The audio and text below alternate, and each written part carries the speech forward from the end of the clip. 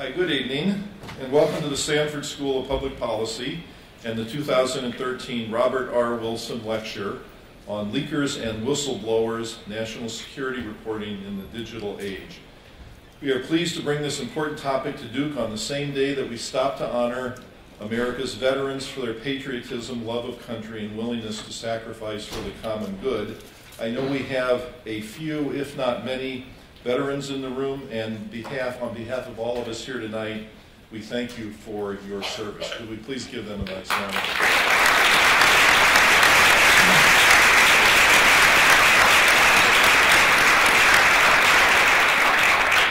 So my name is Kelly Brownell. I'm the Dean, as of July 1st of this year, of the Sanford School of Public Policy, and I am pleased to welcome you to this beautiful space and a wonderful opportunity to hear from two outstanding people. Two of our country's leading voices on a very important topic in the national debate over government surveillance programs and press freedoms. The Robert R. Wilson Lectureship was made possible by Herman Walker, a 1931 Trinity College graduate who received a master's degree in political science from Duke in 1933 and a PhD in political science in 1937.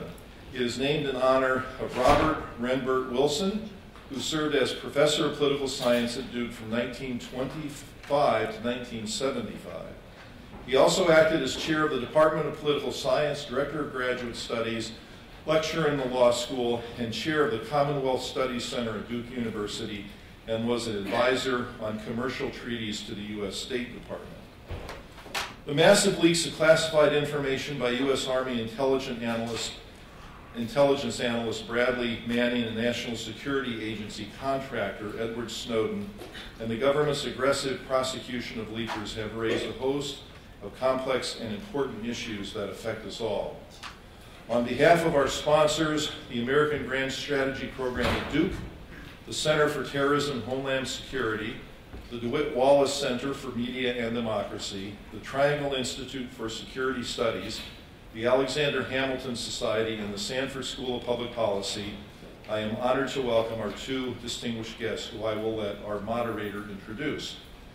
Our moderator is David Schanzer, faculty member at Sanford and director of the Triangle Center on Terrorism and Homeland Security.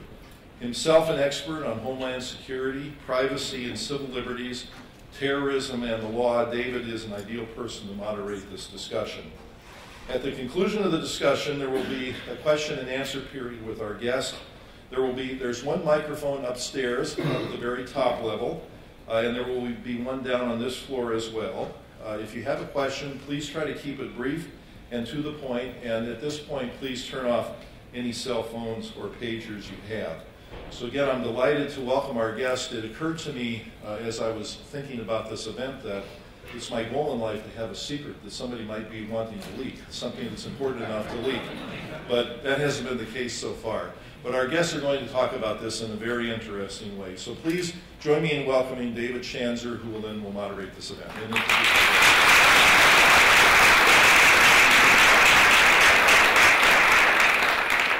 Well, thank you so much, Dean Brownell, and thank you to this wonderful crowd. Welcome, everyone, and again, happy Veterans Day. Thank you to all of our service members. And let me just say I had a couple of other thank yous to people who've been working to put this event together for many months. Phil Bennett, Peter Fever, Alex Fott, Shelley Stonecipher, our communication staff, Karen Kemp, Mary Lindsley, thank you so much for all the hard work that you've done. Listen, the bottom line is we have the two best people in America here to talk to us about these issues, about press freedoms, about national security reporting, the issue of leaks and whistleblowing, and the effect of the NSA programs. I don't really think if you've been watching television or reading the newspaper, they need to be introduced, but I will say that to my left is Bart Gellman. Bart is a Pulitzer Prize-winning journalist, has written a very important book about Vice President Cheney called Angler, about his role in the post-9/11 world. He's a reporter for the Washington Post and a contributing editor-at-large for Time magazine. And of course, he helped to break some of the NSA stories we're going to be discussing. To his left is General Michael Hayden. General Hayden had a 39-year career in the United States Air Force. In 1999, he became the director of the National Security Agency, the NSA. He went on to become our first deputy director of the National Intelligence when that office was created by Congress in 2005. And in 2006 to 2009, he was the director of the Central Intelligence Agency. General Hayden, Bart Gellman, welcome to the Sanford School of Public Policy, and welcome to Duke. Thank you for being here.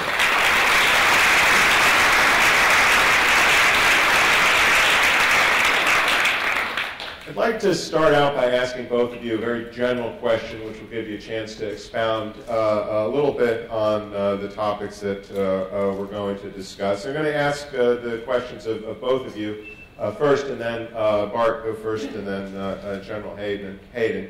And Bart, the question I want to ask you to kind of set us off on our discussion is what right does the media have, the Washington Post, you as a reporter, to publish information, classified information, that our government has determined either would cause grave or serious, grave, or exceptionally grave harm to our national security?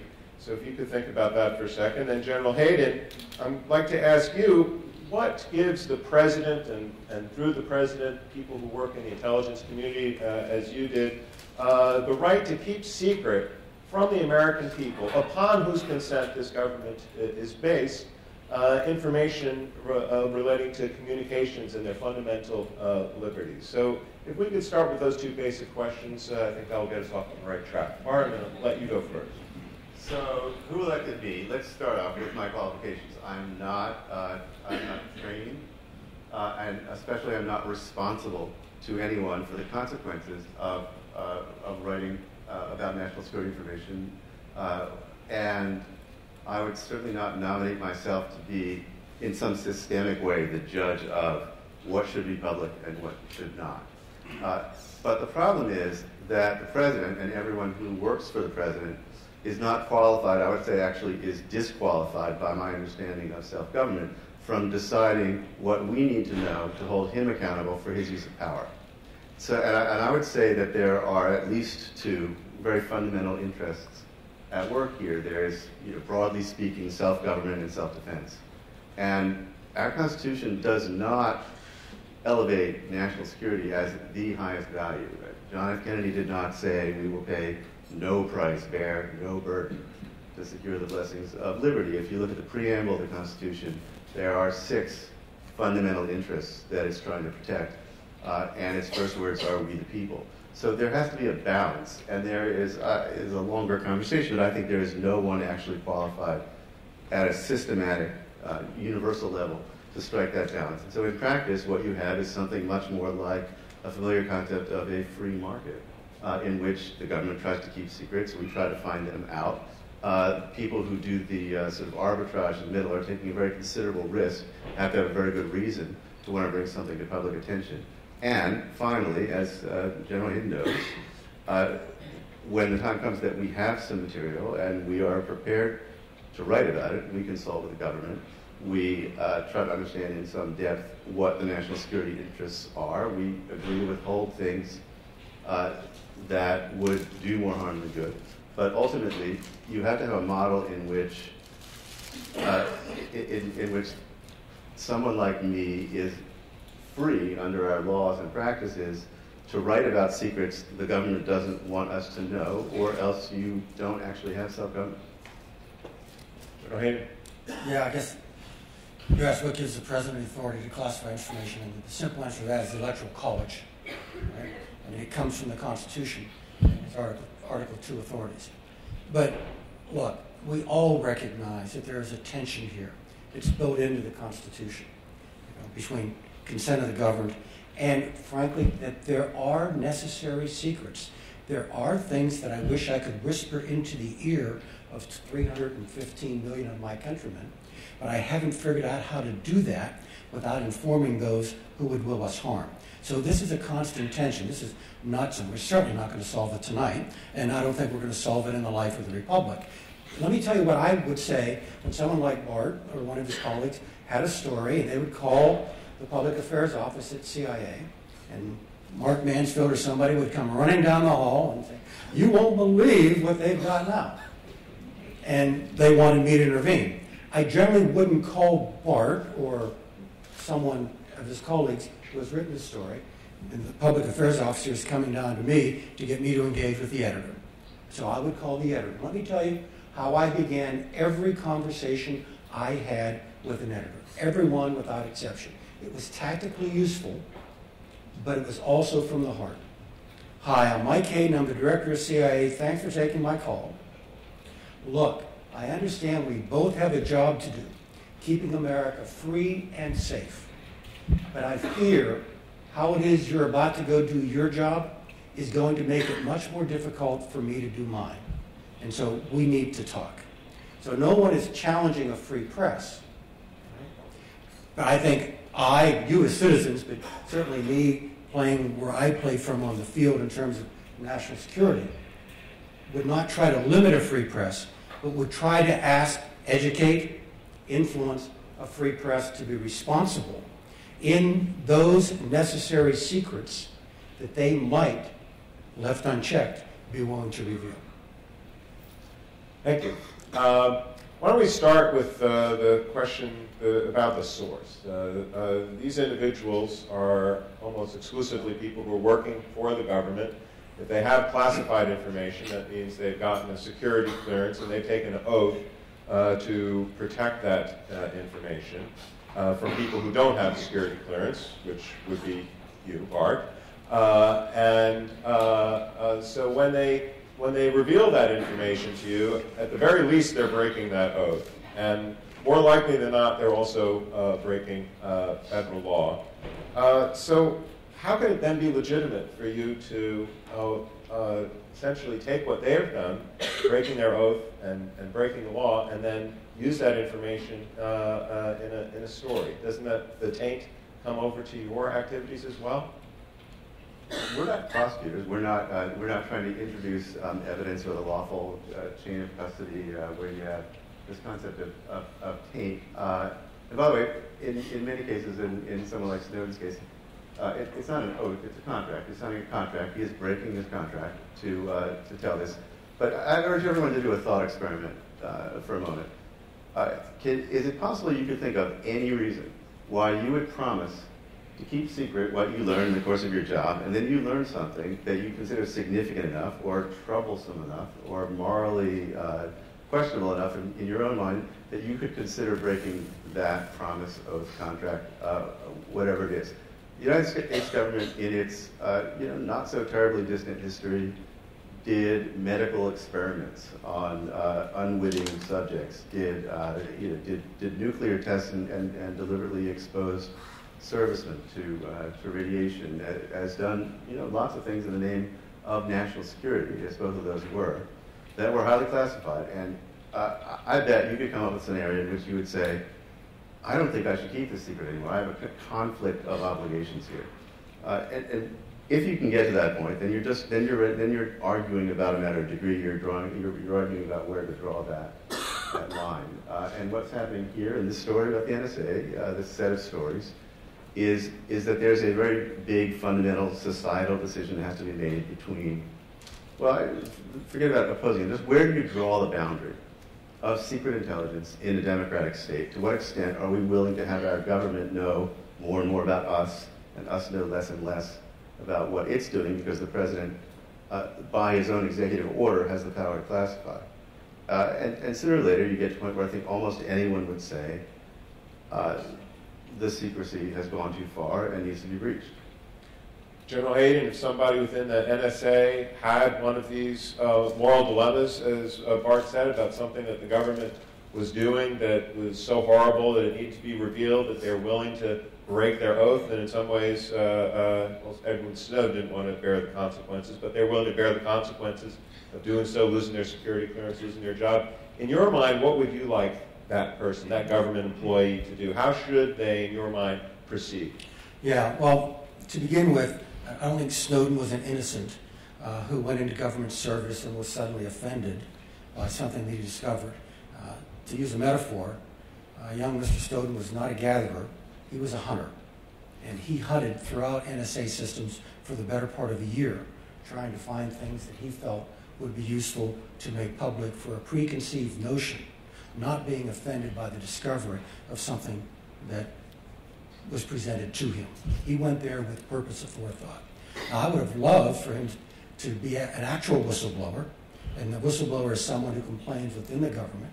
He didn't tell his supervisor, he didn't tell his supervisor's boss, and I would have preferred that if he was going to conduct flight somewhere, it would have been Washington rather than Hong Kong and Moscow.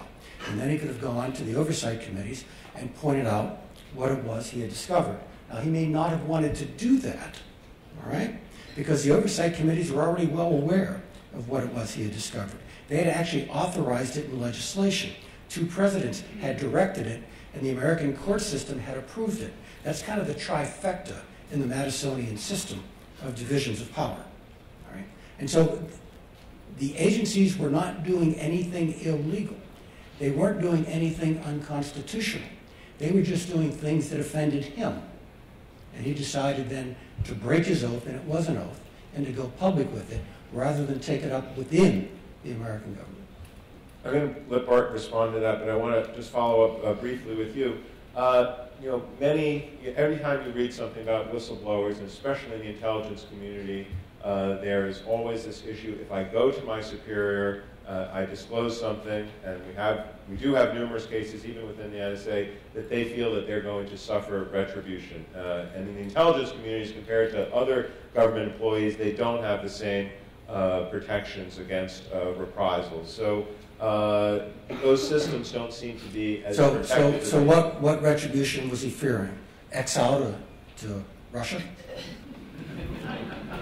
I'm saying, I'm not talking about Snowden in No, particular, I'm telling you, about the general... of the consequences that were on the table, what was worse than permanent exile to an autocracy that doesn't have a free internet? For other people other than Snowden, should they feel that when they have a true instance of what they believe is wrongful misdeeds by somebody in the government, can they feel that they will be protected if they go to their superior, they do what they're supposed to do, and they won't be subject to reprisals within the agency? That's my question. Yeah, I would hope so. But on the other hand, if the moral question is of sufficient gravity, that really shouldn't be a compelling counter-argument to raising your hand and pointing out what it is you think is wrongdoing. So, if you want to respond to the questions about Edward Snowden and the fact that he does seem that he went to the job that he had with the specific instance of getting as much information as he could about this topic, which he was then planning on disclosing. Yeah, I mean, I'll start smaller and get bigger in the constellation of issues we've raised here. One is that the federal whistleblower protections among the national security agencies writ large are fairly limited. They're not nearly the same as for the Department of Agriculture. 2, they don't apply to contractors, so he would have had no protection at all. 3, in the real world of whistleblowers, and you said you would hope he could feel safe. The military folks I talk to usually tell me hope is not a policy or a strategy, and I have never in 20-some years of reporting come across a case in which someone made public information that his or her employer did not want public and thought was very important to keep secret, and was not basically crushed like a bug. I have not seen a happy ending for that story ever. I don't know that you have, but it certainly would be rare. But you're equating whistleblowing with making public. Yeah, well, that was the last thing I do want to talk about. I think that there are times when we get drawn into a debate about whistleblowing that defines it really, really narrowly. It's unlawful activity, or it's waste, fraud, and abuse.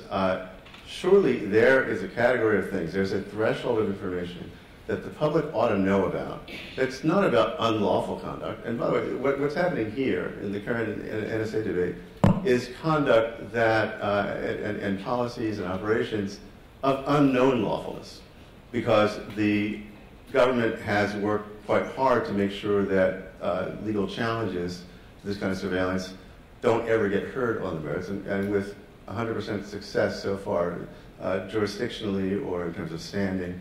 So, for example, there was a big Supreme Court case last year in which the plaintiffs were denied standing because they couldn't prove that they personally had been surveilled. Now, this was, at a time when Director of National Intelligence was asked a question, where the Senator Wyden staff told his staff, day after tomorrow I'm going to ask you in a public hearing, is there any kind of information at all that the NSA is collecting about millions or tens of millions of Americans? Day after tomorrow he asked the question, and Deanna Clapper says no. Now we know that, in fact, they're collecting metadata on all of your phone calls. And we also know now that someone who wants to bring a suit about whether that's lawful or constitutional cannot be thrown out on grounds of standing, because that person can prove that he or she is subject to this kind of surveillance. So we will see whether it stands up in court, and we'll see whether Congress decides to keep it as it is. We'll see whether other institutions that traditionally offer checks and balances in our system, that in the market you need transparency, you need information. So we're now seeing pushback from private companies. We're seeing the emergence of a market for privacy because people are beginning to think they need one. Is this a set of issues that bothered 120-something out in a contractor's role in Hawaii? Well, there have been 5 months of very substantial national and international debate in which there's yet to be a poll in which Americans say he's done more harm than good, in which Congress came within, the House came within a few votes of halting the metadata collection program altogether. It's an issue that appears to be on the minds of a lot of people. Bart, you really haven't answered the question about this particular source and what his motives, because you started by saying, well, we can reveal secrets because there's some things that are so horrible that they must be disclosed, and therefore that's why we have to have this check on the system.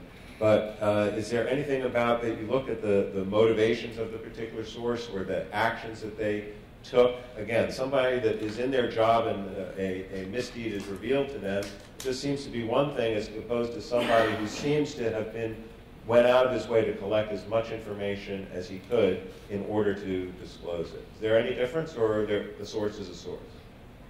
Well, first of all, and this is just a preliminary, I don't care, and I don't think you should either, what someone's motivation is for disclosing information that turns out to be truthful and raises questions that lots of people, including in Congress and elsewhere in our debate, consider to be important. Because my goal as a reporter is to maximize information available to the public for purposes of self-government.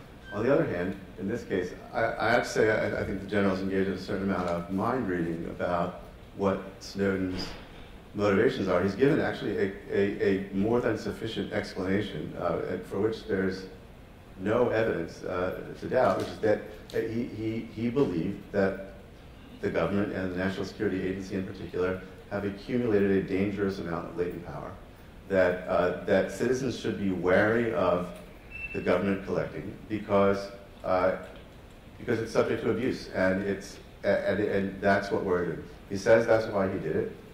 It's completely consistent with everything I've seen in his behavior. I'm not sure. I guess here's the last question, really. It's a legitimate story. Who is he? Where did he come from? Why did he do it? Do we like what he did? Do we admire his character? Yes or no? Everyone can form an opinion about that. But what would you say is the more important thing? Is it to hold this guy accountable for his action? Or is it to think about whether the government is using the extraordinary powers that it's accumulated over the past 13 years, post 9/11, and on the order of $500 billion it is spent on its intelligence apparatus, hold them accountable for what they're doing, and decide for ourselves, big picture as a society, whether we like it. Which is the bigger question? General, in this debate over national security, foreign affairs, there's so much of that is classified, yet these seem to be the things that are at the heart of the government, that in some ways are the biggest powers that our executive branch is executing: issues of life and death, invasions of foreign countries, questions of privacy for the world over. And it's almost, you cannot have almost an intelligent conversation, a reporter within our public sphere, about these issues without touching on national security issues, on classified information. And the government, we know, is leaking all the time. People in the White House are discussing these issues with reporters. They're making information, only the information they want available to see in the newspaper, but they're leaving out a lot of the other things. I mean, can we really have an accountable government unless there are Bart Gellmans and many others like him going out and pushing hard and trying to ferret the totality of the story, not just the one that the government wants you to hear? Well, as I said before, I mean, there are necessary secrets, all right? And our society recognizes privacy or secrecy for a variety of institutions. We do priest-penitent, we do lawyer-client, we do husband-wife. I mean, we recognize that for the greater good, some things need to be kept out of the public domain. Now, those are more in the sense of personal privacy. That privacy is to an individual is what secrecy is to a state. Both are necessary, and both can be abused, all right? Fully aware that both can be abused. But now we're talking about things that our government is doing for national defense. And as I tried to suggest before, let's take the metadata program, all right? Authorized by two presidents, authorized by statute, multiple occasions, overseen by the federal court. Right? Now, and again, in terms of a representative democracy, we're not ancient Athens, okay? This is not a direct democracy, it's a representative democracy. You had the three branches of government, which Madison and his friends had designed to be checks on one another, all approving of this activity. And by the way, there's been no hint of wrongdoing in terms of how this activity has been conducted. It has all been conducted for the purposes for which it was intended. Let's take the FISA court. I mean, the argument's made that the FISA court doesn't count because the FISA court's secret. We don't see the deliberations of the FISA court. In fact, it's very rare that we get to see any of the decisions of the FISA court. Let me tell you what's odd about the FISA court. Okay? What's odd about the FISA court is not that it's secret. The oddness is that in the American democracy, unique to all Western democracies, we actually involve a court in the collection of foreign intelligence. That's what makes us different. We have the most participatory oversight from our elected representatives over our intelligence of all the Western democracies in the world. Now, I recognize that we have a broader cultural shift here. And what Mr. Snowden, and I think Bart by extension, is arguing for is, look, what I just described is the box within which American intelligence gets to do its stuff. And all I ever wanted as director of NSA or CIA is just tell me the box. All right? I'll play to the edges of the box, because if I don't play to the edges, I'm defending me, I'm not defending you. So I've got to fill the whole square, but just tell me what the box is. President Obama changed the box on me as director of CIA. He said, close the black sites. I sent a letter to the CIA workforce. The president has given us the only thing we need. He's told us where the lines are. We will now perform within the lines the president has provided for us. The debate that we are now entering on this question is who gets to draw the box. Now, I've just told you the current box is truly drawn, and frankly, as Bart knows, because he's got me in Angler with the terrorist surveillance program, a box that was drawn pretty much by the president's Article 2 authorities. We now have a box that's drawn by the president, the Congress, and the courts. And we're playing inside that box. The urge now is that's not good enough. Let's make this a participatory democracy. Let's get everyone involved in drawing the box for intelligence. Now, I understand the instinct. I understand the movement towards transparency in our society. Right? I understand all that. You need to understand that that movement is destructive of the very purposes for which the activities in the boxes are designed to achieve. Right? Espionage is necessarily a secret activity. The great compromise we had in 1970, after recorded abuses before that, is get the other branches of government in here. Don't make this an executive issue. Now, we understand it's got to stay secret, so we'll have select committees on intelligence in both houses, and we'll have a secret court. But at least now we have 3 branches for checks and balances. If you want to do this publicly, let me know. We'll do it publicly. But the effectiveness of what's left in the box will be seriously reduced. And oh, by the way, if we fail to defend you in the box, let me show you the new box you're going to draw within 72 hours.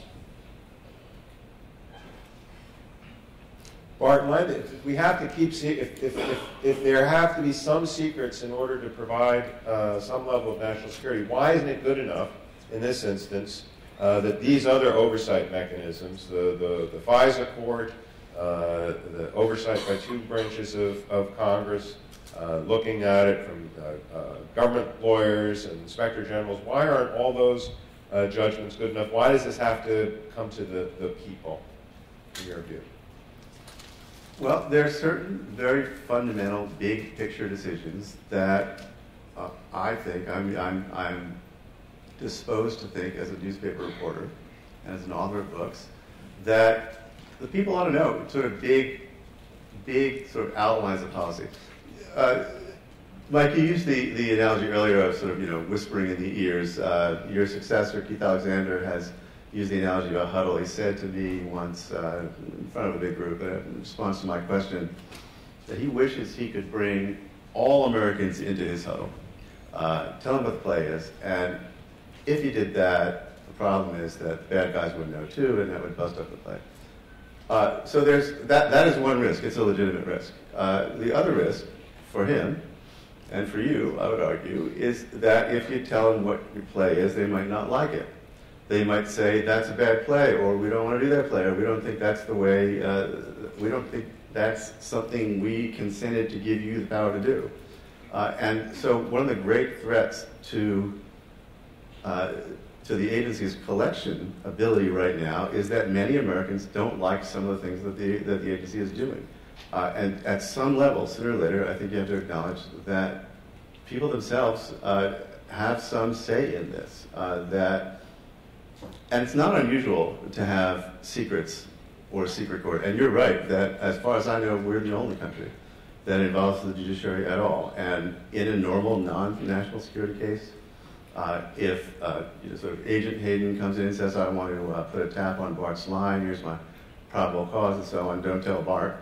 They don't tell Bart. And I've got a lawyer in that room. That's an ex parte proceeding. What's different about the FISA court is that it is approving rather large-scale programmatic decisions, programmatic policies.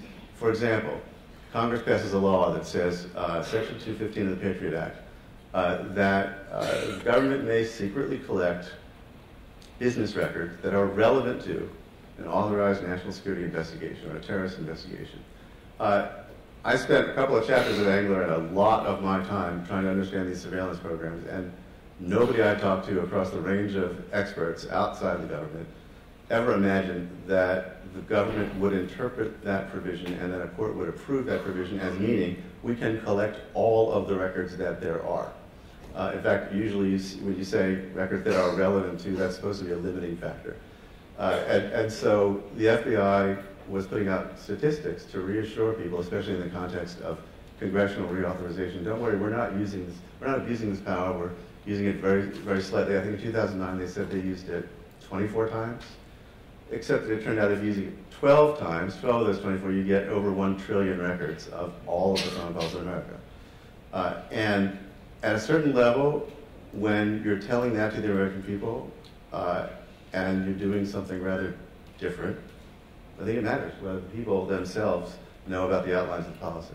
Let's just make sure the audience is with us on this particular program. When we say 1 trillion phone calls, what we're saying is the record of who called, what other numbers, how long the call lasts, and not the content. That's right. It's not the content. And if you gave me a choice of having my content monitored or my metadata, I'd say take the content. The metadata is much more revealing over the long term, and it's something that I can't control. I can say, well, there's private stuff. I'm not going to put it in an email. I'm not going to say it on the phone. But I can't control the picture that you could form of me by looking at a comprehensive record of who I talked to and when and for how long. In terms of this, all right, let's not assume that Congress didn't know what was going on. All right, Jim Clapper wrote top secret notes made available to every member of Congress in 2009 and 2011, wrapped around the reauthorization of the Patriot Act. And the note, declassified now, available on the web, explicitly says, we are gathering the records of all phone calls, domestic and foreign, made in the United States every day. So Congress knew that. Now, Bart's right. Trust me, you can learn a lot from metadata. When we collect foreign metadata, it actually can create actionable information for American intelligence.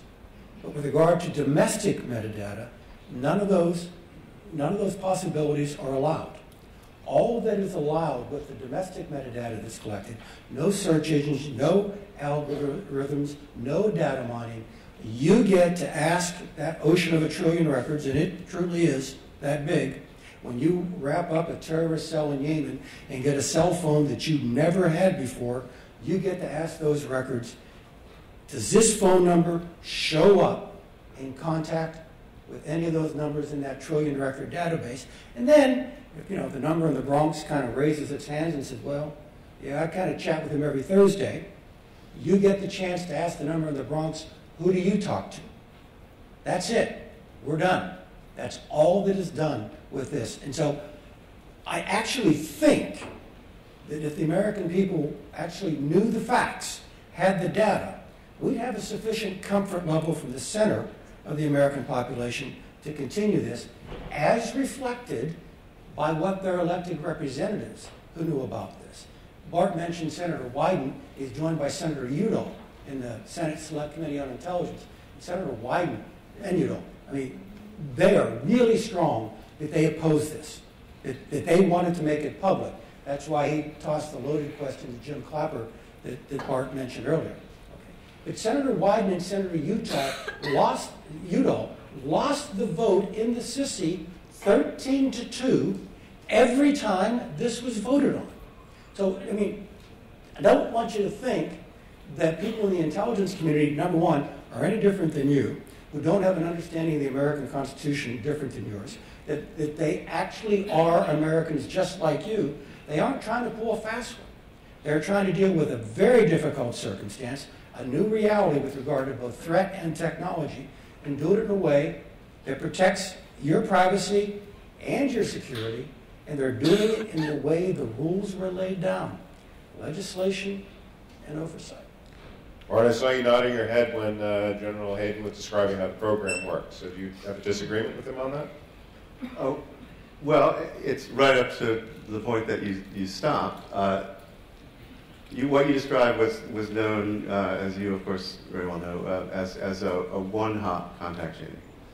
So that is to say you have a search term that you want to use, and they're allowed to chain to, through, or from a number or an email address. Not a term. It's a number. It's term would imply right, contact. in the phone database, it's that's right. It's a number.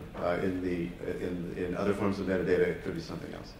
But what the rules allow is up to 3 hops. That is to say, there's a number that was in communication with me. So you're allowed to ask, who was I in communication with? And then who were those people in communication with, and who were those people in communication with? And we've all heard the thing about 6 degrees of separation, and it's been mathematically demonstrated that the mean number of hops you need to get to everyone on the planet is 6.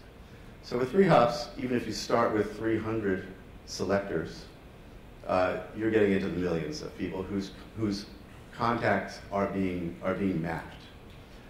There have been huge debates in this country in the not-so-recent past about whether to have a national identification card, whether that's too intrusive to have the government be able to correlate you with a number and a number of your activities, to have files on every American. What we have with this program is is the collection of enough data. They know everyone that you called and everyone that those people called. And when they search the database, they're not stopping at hundreds. They're getting into very large numbers. I want to go The back. testimony is 3 hops. Yeah, no, it is. And the design is not to find out that everybody has a dentist and everybody orders pizza, right? The design is to see if that spider, and it looks like a spider, folds back in to another spider from another legitimate inquiry made of the database. And only then, I mean, look, there's no one out there who wants to waste their time chasing down a rabbit hole for things that don't mean anything. The metadata is agreed, is not constitutionally protected. It's queried, it was queried about 200 times last year, according to the latest information I've got from NSA. And there are about 20 folks at NSA who are authorized to query the database. Again, if the hops go out into infinity, nothing happens. It's only when the hops lead to something meaningful that someone then has to make a decision. Have you created probable cause based upon that first number related to terrorism? Have you created probable cause that you can do anything more? The probable cause is what you have to take in front of a court. The judge has to take the next step. I want to go back to the process that you described earlier, General Hayden, about how when the Washington Post calls and says, we've got an important story, and then there's a dialogue. Bart, can you provide us some insight in how that discussion works? And the government comes in and says, actually, you disclose, there are 4 parts of your story, you disclose different ones of them, they're going to cause these types of harms to the national security. And what's the process that a news organization goes into trying to determine which of those times you're going to honor the government's request not to publish, and which of the times you're going to disregard and override the government's request? Well, there are a bunch of different scenarios. It doesn't always happen the same way. One end is you call up and say, or can I come in and talk to you? Because we actually don't bring up this stuff in open emails or telephones when we're calling them. The way it happened with the first NSA story that I wrote, which disclosed the existence of the PRISM project, PRISM operation that collects information from 9 big internet companies, was I sent emails to the Deputy National Security Advisor and someone senior I knew at DNI and the spokesman for the relevant agency. And I said, I've got something important. You know I don't say this often that you're going to want to hear about. Tell me how you want to discuss it. And when I got a call from one of those people, I said, can you please go get a document with the following title, date, and author, and then let's talk about how you want to talk about it. We did it actually on the phone at their preference, and sort of made reference to page numbers and paragraph numbers and things like that, since we were on an open line. And the way I started that conversation, just on my own authority, which I made up out of whole cloth, since I don't speak for the Washington Post, was that I said, we're not even considering publishing anything for pages, whatever it was, 23 through 29. It was self-evidently stuff that would be highly damaging. It was clearly destroy capability and was clearly being used for not only a lawful purpose, but a purpose that if you took a plebiscite, which we don't, some gigantic, large fraction of Americans would say, boy, I'm glad they're doing that. Too bad they can't do it anymore since he just blew it. We had some harder questions. We agreed to remove other things that had to do with capabilities that we thought were a little bit closer to the line. The one thing they asked me not to publish was the names of the 9 companies. And that's the one thing that they asked me and that I declined to agree to. And I said, you know the address if you want to take this up higher, as General Hayden has described. But I think if the damage that you're concerned about consists of the public disliking what you're doing or what the companies are doing, and that therefore the companies will be less likely to want to do it because of the public reaction, then that's why we do publish it. That's what transparency is for. That's so that people can participate in deciding the outlines of very big policies that affect large numbers of people. So, in my most recent story, the scenario was different. This was also about getting information from big internet companies. This time I said, I've now got evidence that besides going through the front door in this PRISM process where you tell the companies, please hand over this information under court authority, that the NSA and its British counterpart are breaking into the private internal networks of Google and Yahoo and taking information. They're doing that from points overseas because it couldn't be done lawfully inside the United States. And on that one, they decided not to engage at all. They didn't do the most extreme version of it, which has happened with me, where they say you have information that purports to be highly classified information about communications intelligence. If that's authentic information and if you publish it, you are subject to the penalties of 18 U.S.C. 798, and then a bunch of words that you can't put in the newspaper. But this time, they simply decided not to engage at all. They said, we're not going to answer any questions. We're not going to tell you what we wish you would or wouldn't publish about this. And then the next day and the day after that, they came out with 4 statements denouncing the story and appearing to deny the story, but not actually denying it. And when you make this decision, so they said they asked you not to publish the names of the companies, and the government comes in and says, well, doing that is going to make this capability less strong. It's going to harm our ability to operate the program. How do you make that judgment that the government is essentially wrong or that should be overridden in that regard? Are you substituting your judgment about what is harm to society or over the experts in the government who are charged with doing this for their living? What we're saying is, and I don't speak for the Washington Post. I'm not even employed by the Washington Post anymore. I was there for 21 years. But I'll say what I'm saying is that there are multiple big interests at stake, including the public's ability to understand very big picture, the things that are being done in its name and to it. And to the extent that surveillance is brought home within our borders and affects, potentially your Gmail account or your AOL or your Microsoft or any of the others, then that is something that if we're going to write the story, and we're going to keep the names out. The names are what brings it home. The names are what make it concrete. It's when it's vague and abstract and not concrete that people say, well, whatever. In order to kind of understand what's being done, you have to have some granularity. You have to have some particulars. Let's talk about PRISM, because I think that was probably the most destructive story of the whole Snowden situation. Let's also explain the program so the audience knows what. We did the metadata thing. That's telephony, and it's yours, okay? And it's not content. It's fact of call. PRISM is different. Telephony, email. Metadata, content. Domestic, foreign. What this program was is that many legitimate intelligence targets learned 2 days ago that Yahoo and Google were the internet providers of choice for terrorists worldwide. Right? It's ubiquitous, it's free, they use it. But you can use PRISM for things beyond terrorism. You can use it for counterproliferation. You can use it for cyber threats. What's happened because of modern telecommunications is that American ISPs, American companies like Google and Yahoo and Facebook and others, they actually carry the communications of legitimately targeted foreigners, legitimately targeted for foreign intelligence purposes. Right?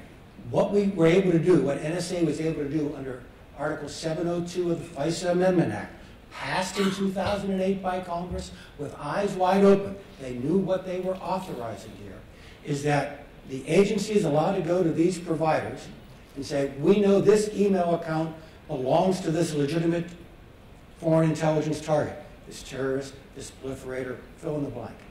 I need to have that information from that account. Give me his emails. I've got a bad guy in Pakistan talking to a bad guy in Yemen, and he's using Gmail to conduct the conversation. That conversation, that email, is sitting on a server in the west coast of the United States.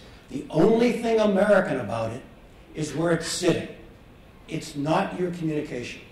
This was the most productive source of communications intelligence that NSA had. Your privacy is not involved other than the fact that you use Google or Yahoo. But your emails, your accounts, were not the ones being accessed. It was tailored. No, they weren't the ones being targeted. We could discuss the No, I chose my word. No, I chose my words carefully. Your accounts were not being accessed. Now, if your email, let's get to this in a minute, all right? This was foreign intelligence. It was a wondrous source of foreign intelligence made possible by the accident of history and technology that put most of the world's web traffic inside the United States. Why in God's name would you want to make that public? Why would you want to tell all these people you are targeting that if you use an American email service provider, the National Security Agency has the ability, without working real hard to collect packets on the move out there in the World Wide Web, to go and access this information? That's a body blow to those people who are trying to protect you. Now, what Bart just pointed out was something called incidental collection. Right? Now, I must admit, if one of these legitimate foreign intelligence targets was in contact with you, and the agency gathered the emails of that legitimate foreign intelligence target, that email and contact for you would have been acquired. Okay, that's called incidental collection. Incidental collection has existed since the creation of the National Security Agency in 1952. It is not infrequent that in targeting a legitimate foreign intelligence target, that target is in contact with a protected person. That's why we have the whole system of what's called minimization, so that even when that happens, when we, targeting a foreigner for legitimate purposes, gather information to, from, or about a protected person, the protected person's identity is minimized and protected according to procedures approved by the Attorney General. This is not new. Bart, you know that minimization has been standard practice, that incidental collection has happened for the history of the agency. It's not new to Google or Yahoo. The agency knows how to handle it. And now the people we could have learned about, the foreign intelligence targets, it's Darwinian. The content Stupid of that ones that email still would use still be Google open. and Yahoo. General. Smart ones won't. The identity of the American, the U.S. person is hidden, but that email and the content of it is still fair game. Yeah, of course, because you're targeting. Just want to make that clear. Well, let me make it very clear. I've got a bad guy in Pakistan again. He's not using his Yahoo account. This time he's using a phone. He calls an accomplice in Paris. Says, brother, tomorrow at noon the attack must begin. Pretty good intelligence. I think I'll report that to the French. All right? The same guy calls London. Brother, tomorrow the attack at noon. It's got to begin. Pretty good intelligence. I think I'll tell MI6 and MI5. He hangs up, picks up the phone, calls the number in Schenectady. You want me to stop covering that? Huh? Personally? No, and no one does. I'm targeting the bad guy in Waziristan.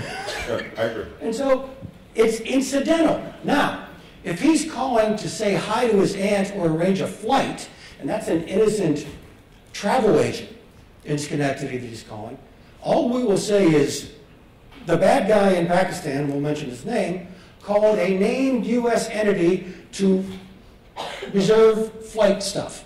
On the other hand, if his brother, the attack begins tomorrow, we'll probably mention that protected person's name in the intelligence. Right. I don't know all the answers. I'm certainly not going to claim to know or to advocate for where the line should be drawn. But what you're describing actually is much more the historic old-style use of targeting and the old-style collection of U.S. persons' information incidentally, which is, you were targeting some Pakistan number, and it turned out that an American citizen is in contact with that Pakistan number, and so necessarily you're picking up both sides of the phone call, and that's incidentally collected. In the age of big data, and at a time when so many foreign communications pass through U.S. switches, which is where most U.S. communications are, you are incidentally collecting in the millions, in the tens of millions, sometimes in the hundreds of millions of Americans' communications. But we weren't in the switches. Oh, Your original story said we were in the switches, but it's not no, true. it didn't say we were in the switches. Well, Eric Schmidt thought so. We'll come back to it in a second. Okay, let me actually, what he thought we were saying was that we were in the servers, not switches, and that's because the documents from the NSA said direct access. Was NSA in the servers?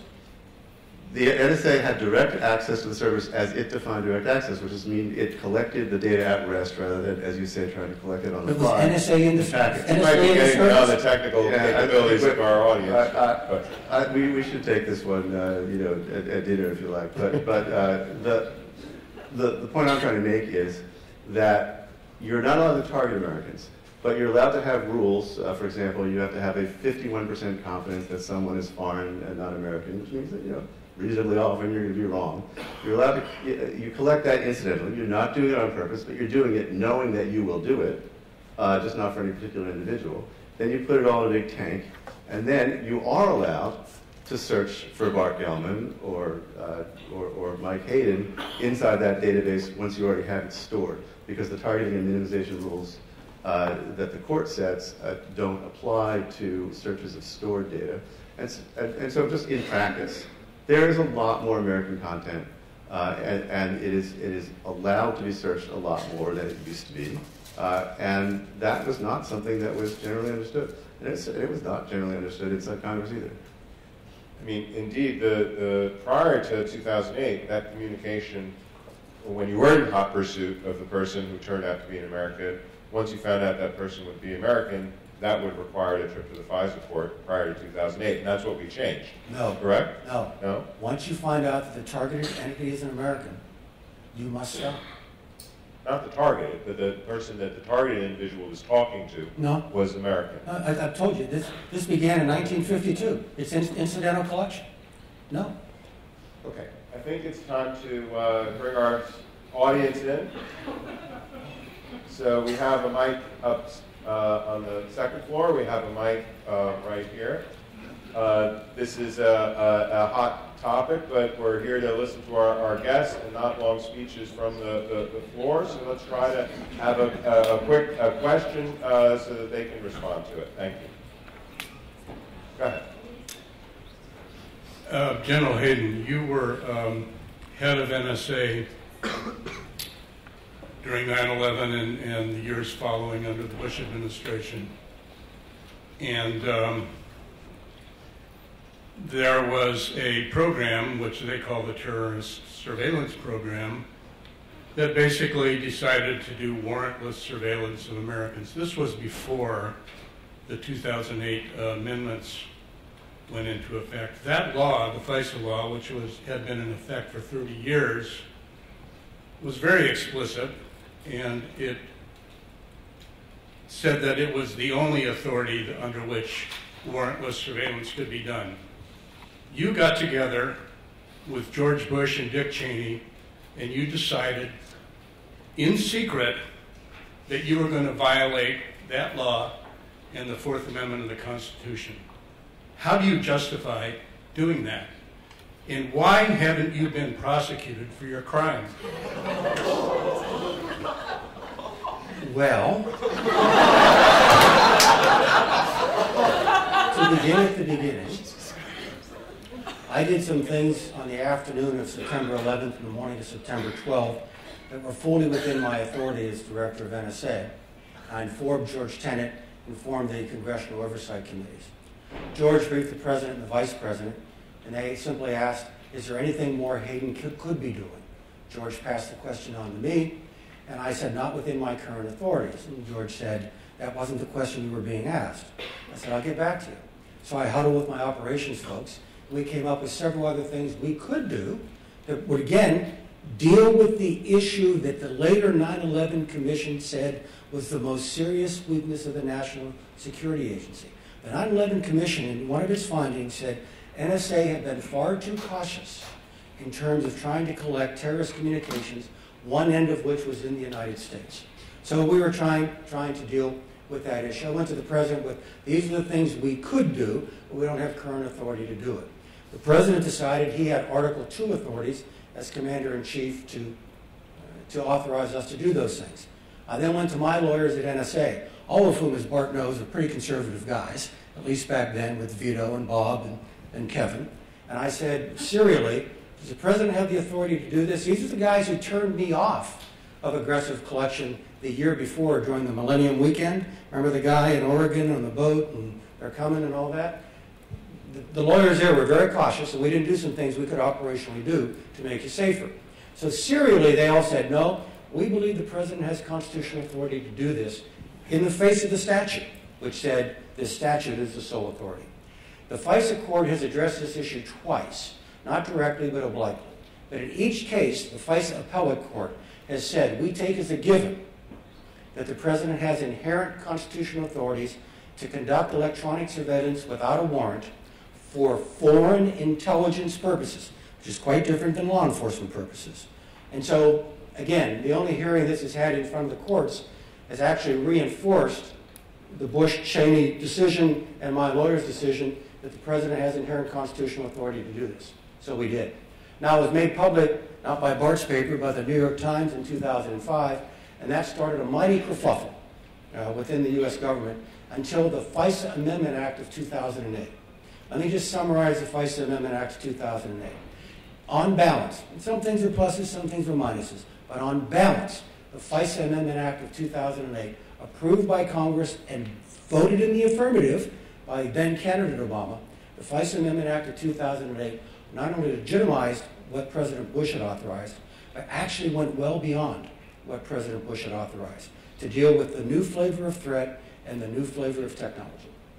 Bart, you wanted to comment on that? Yeah, so there's a middle piece of the story that might be added here, which is the president decided he had the authority under the Constitution to do this, notwithstanding limits that Congress thought it had imposed.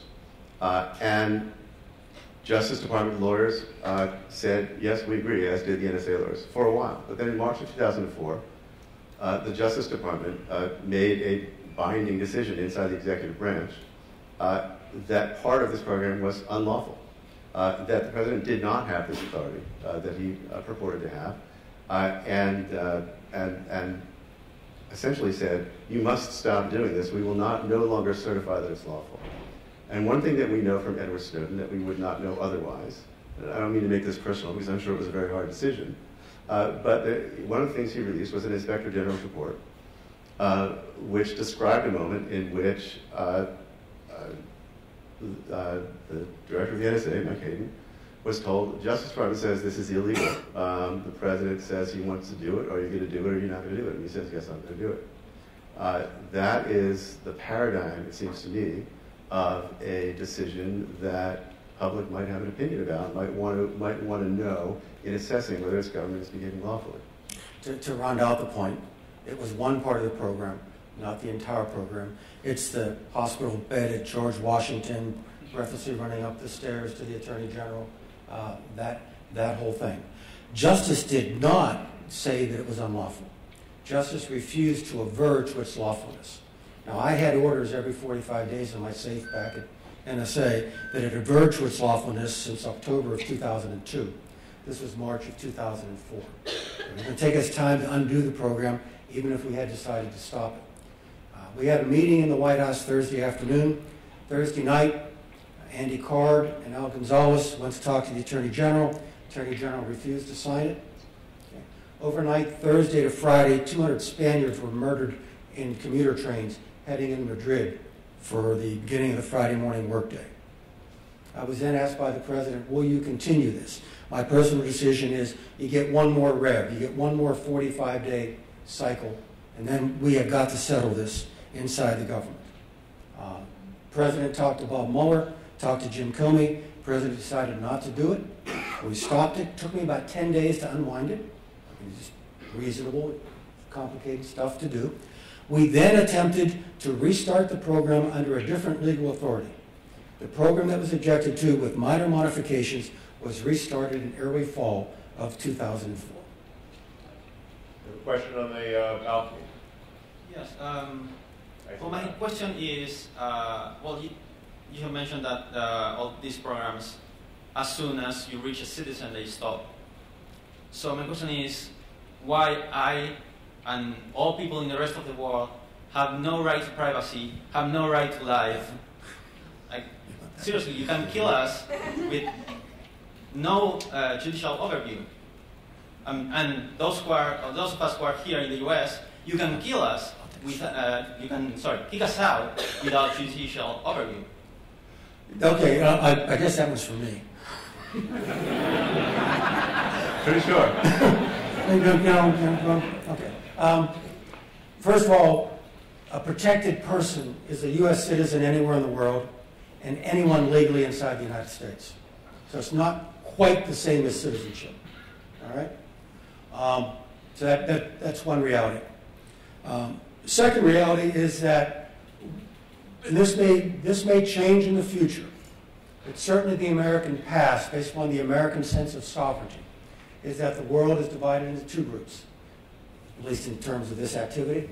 Those protected by the Fourth Amendment and those who are not protected by the Fourth Amendment. Okay? The Fourth Amendment is not an international treaty. And therefore, if you are a legitimate foreign intelligence target, and everything's done for a legitimate foreign intelligence purpose, we just don't have the time or resources to waste for anything else. If you are a legitimate foreign intelligence target, if your communications have information that keep Americans more free or more safe, absent policy guidance to the contrary, game on. NSA will attempt to intercept your communications, I might add, like every other electronic intelligence service on the planet. Now, there is an interesting move afoot. And I had a conversation with Wolfgang Ischinger, former German ambassador to the United States, phone calling kind of thing.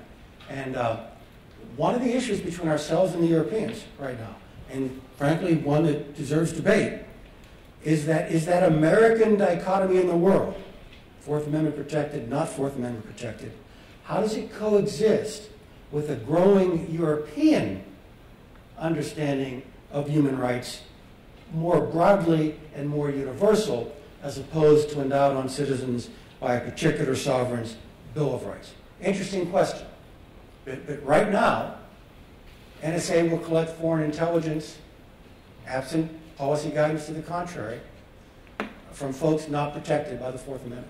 The question raises an interesting point, which is that because of our power, and it's the same, we have this imbalance of military power, we have an imbalance of electronic surveillance power vis-a-vis the rest of the world, and we have to consider as a country, don't we, as to whether if we exercise that power, that it might incur costs on our country in terms of our image around the world, the willingness of people around the world to support U.S. initiatives like we saw in Syria. It wasn't there in the initial go-around.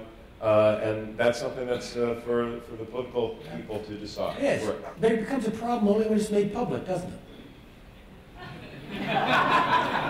Lots of things become a problem only when they get I realize that. Let's be very candid. We're talking among friends, all right?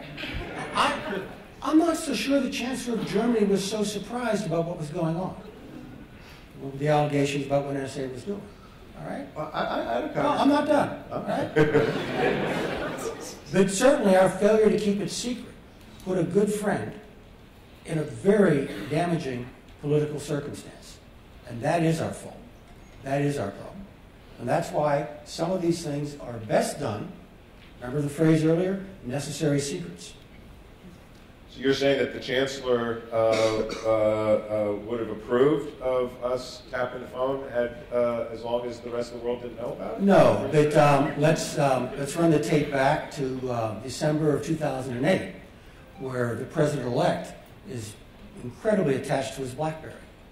And we had long talks with his incoming team saying, he really shouldn't use that. Now, we did not talk the President out of it. The President kept it. And we actually said, well, can we borrow it for about 48 hours? Okay? And we put a bunch of security enhancements in it. But look at the backstory to that conversation. We were telling the most powerful man in the most powerful country on earth that in his national capital, that if he used his BlackBerry, it would be intercepted by a variety of foreign intelligence services. That's the reality. So I'll just add a couple points here. The question whether it's going to be bad if it gets found out, there you're in a pure sort of realpolitik, cost-benefit, risk-gain, and there I would surmise that 99.9% of all foreign leaders, if told that they could listen in on each other or listen in on the United States with no risk of being called, they'd push that button. The question being raised up here in the high-up seats is whether there's also a moral component here. So we have no trouble understanding that we live in a globalized world for economic purposes. We have no trouble with the idea of universal human rights on things like torture. We have accepted in principle for quite a long time that there are things that a sovereign may not do to anyone. So I think Americans are just now being confronted with the question whether sort of a Frenchman's privacy in France really deserves no consideration at all. I have no idea what the answer is. I'm not shocked that our Foreign Intelligence Service is spying on foreigners. But is there any limit? Is there any boundary? Is there any sense in which an ordinary autonomous person living out his life, her life, in some foreign country has some expectation that they can do that with a degree of privacy? Where do you draw the boundary between something that is clearly targeted, specific? You have you're going after foreign leader X's national security advisor or his chemical weapons brewer. Between that and mass scale surveillance, which takes advantage of big data processing capabilities to gather all kinds of stuff and hunt within that.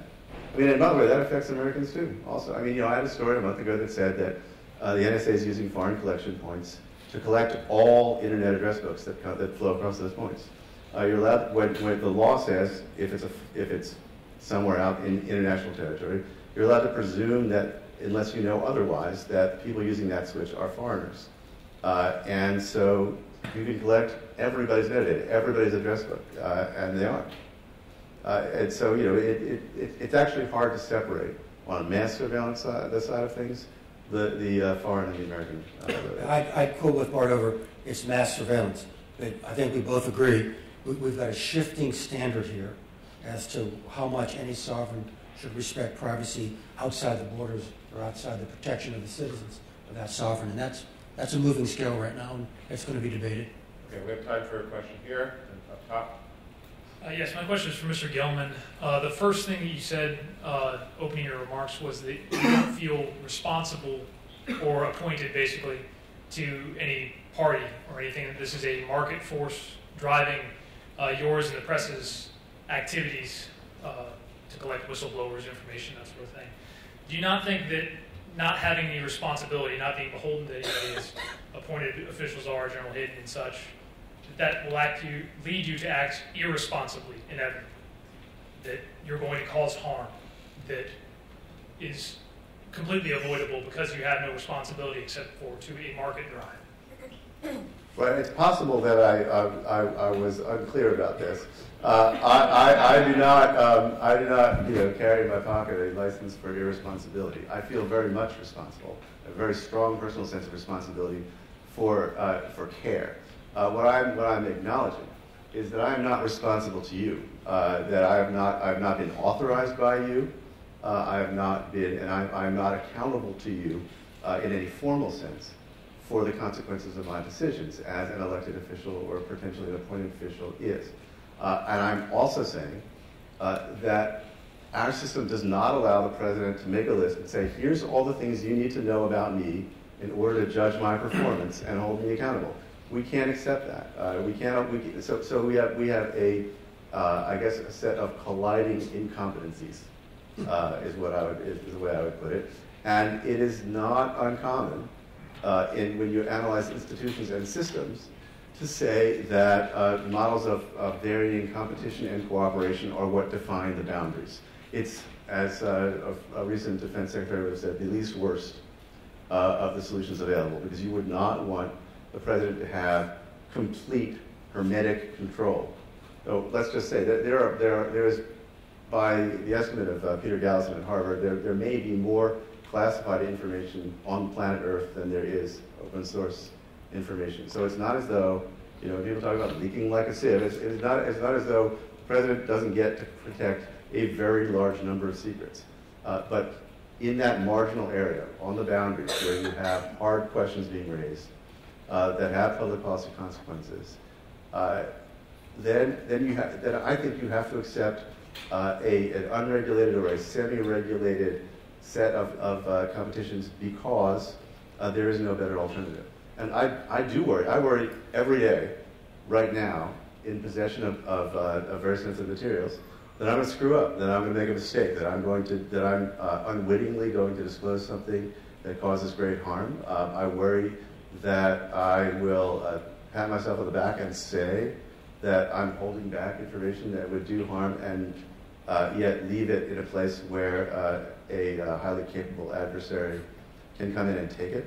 And so I and the Washington Post are taking quite extraordinary measures based on advice of the best people out there, and I have described these measures to U.S. government representatives to protect information from being stolen from us that we have chosen not to publish. Question up top. Gellman and Hayden, my question is to you. I sympathize when you say that you have your worries about a bad guy sitting in Pakistan. I mean, what can be more worrying when your former most trusted ally has turned against you? But then, how do you justify spying on your now very trusted ally, Germany? And while you could somehow justify that, why get so rattled when it turns around and they ask you questions? And especially when you say that your democracy has checks in place to keep a check on each other, it is slightly funny when President Obama says, I didn't even know about it. So, I'm sorry, but specifically the question? Question being, how do you justify spying on your most trusted ally? And if you can justify it, then why get rattled when the country turns around and asks you questions? Okay, well, I mean, nations have foreign intelligence questions. Nations have foreign intelligence services. All nations conduct espionage. I guess it's just an example. I think Bart used a phrase earlier about worlds colliding or different viewpoints colliding. This may be part of that. I'm at a loss for words because I'm wondering what it is I'm supposed to justify. We have a foreign intelligence question. Someone's not protected by the American Constitution. It's a legitimate question. We try to gain information that would inform American policymakers. Now, I understand Chancellor Merkel is very upset. I think that's genuine. That's not just theater. I think it's really genuine. But let's run the clock back to her predecessor, Gerhard Schroeder. And let's talk about Chancellor Schroeder in the very late days of his chancellorship, securing a $1 billion loan for Nord Stream and Gazprom for a pipeline across Northern Europe. Then shortly after leaving government, accepts a position with Gazprom for a very lucrative board position. I think a legitimate question is that really intelligent statecraft or something different? And I think American policymakers might want to know. And therefore, we collect intelligence against that foreign intelligence need. By the way, that's purely illustrative. I have no idea what targeting was done and what needs were suggested. But telling that story, kind of go, all right, that's a pretty interesting question. Now you got the question, as Bart says, the risk of exposure in doing something against a trusted ally. That's an interesting question too. But there is something over here on the other side of the scale that sometimes outweighs this. That you're trying to get an advantage in diplomacy by using surveillance for your own benefit. It also sort of points out the failure of diplomacy. What you're not being able to negotiate over the table is now being done, by surveillance and not so much in open. Don't you worry that your most trusted allies may turn against you if you continue to do these sort of things? Again, all these things are lost gain and decisions are made. I had policy guidance when I was director of NSA. Legitimate target, not protected by law of our Constitution, but the policy guidance said, no, don't do that. That's too sensitive. The gain is not worth the risk. Obviously, there are other cases in which people judge the gain is worth the risk. Look, we are not the only ones doing this. Practically everyone does this, and they do it for advantage. I have never met a policymaker when we were able to toss his future interlocutors' talking points at him the day before the meeting to go, oh my God, this is just awful. That's never happened. Well, I don't think we're going to solve U.S.-German relations this evening, as important as that topic is. I did say at the beginning that I thought we had the two best people in America to talk about this issue. I don't think they disappointed us, so let's give them a big hand for